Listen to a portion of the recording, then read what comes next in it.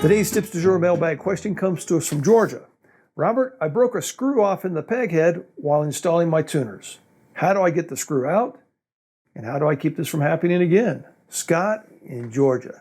Well, Scott, that happened to me once. Excuse me, it happened to a friend of mine once. Not to me, it happened to a friend of mine. And boy, was it a bad day. There are a couple things you can do. First of all, to get the screw out, I go to my local Luthier Supply big box store here in town and I pick up those little screw extractors. It looks like a drill bit, but you run it in reverse and it helps extract that screw. That's how I would get it out. Try not to do much damage when doing it. Now, when putting screws in, let me show you a couple things I do to keep the screw from breaking. So here's some tuners getting ready to go in on a peg head on a guitar I've got here on the bench. And I start by drilling a pilot hole.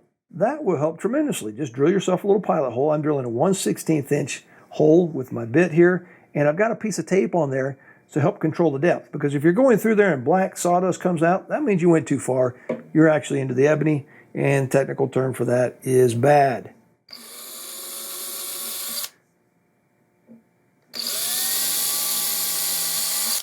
The next thing I do to help increase the odds of installing the screw without having it break off is I use the O'Brien Guitars Luthier wax and just put a little bit on the screw. And that will help lubricate it as it goes into the hole I've drilled. Now, this is mahogany. Usually mahogany is not too big of a deal. Also your Spanish cedar. Once you start getting into your maples, that's a bad day when you break a screw off.